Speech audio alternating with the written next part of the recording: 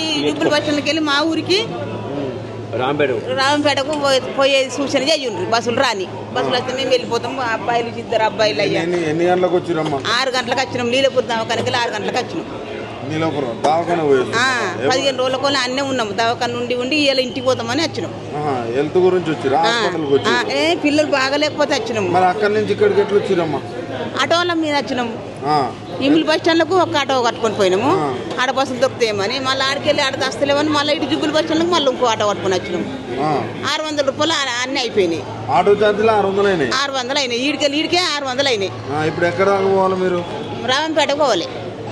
ఏ bus కోసం కామరెడ్డి పోయే bus అయితే మా ఊరు రామంపేటలో అవుతుంది. నిజామాబాద్ పోయే బస్సు మా రామంపేటలో అవుతుంది. ఇప్పుడు ఏ బస్సులు పోతలేవు. ఈ నట్ల నడమలా అయిపోయినాం. ఇక ఎటు కాకుండా అయింది. కార్లు ఇట్లా కార్లు 3000 అడుగుతారు. 3000 అడుగుతారు.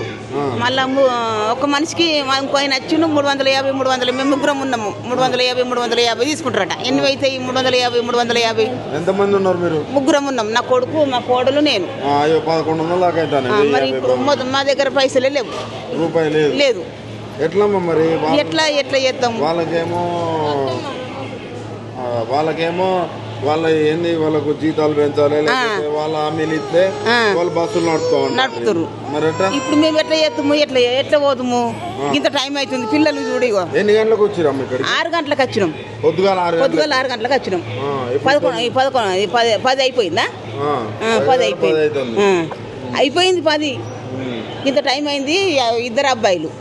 వీళ్ళకు మంచినీళ్ళు లేకపోయే కొందామంటే 30 రూపాయలకు ఒక డబ్బా.